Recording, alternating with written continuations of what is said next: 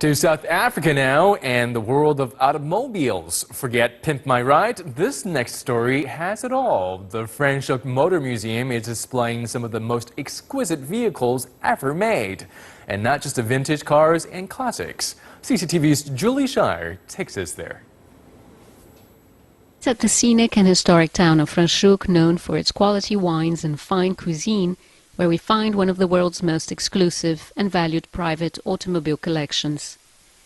This is the Franschhoek Motor Museum, and it has some of the world's rarest and most sought-after cars on display. We differ from other museums. Some museums only display classic cars, some only vintage cars. We have a bit of everything. The museum's collection exceeds 220 vehicles.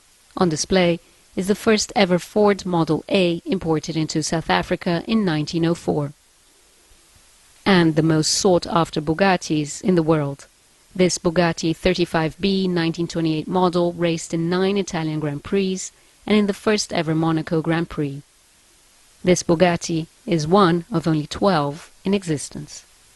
The collection was started by Dr. Anton Rupert in 1975, and they decided to close that museum in 2003. Then Johan Rupert heard about that, and he bought that collection and relocated the museum here. He only bought 80 cars from that collection. That's why we only made space for 80 cars.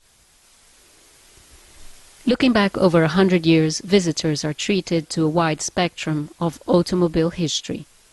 There are all types of vehicles spanning the antique, veteran, vintage and post-vintage periods. This 1936 Mercedes-Benz 540K Cabriolet C was a wedding gift from Hitler to Egypt's King Farouk in 1938.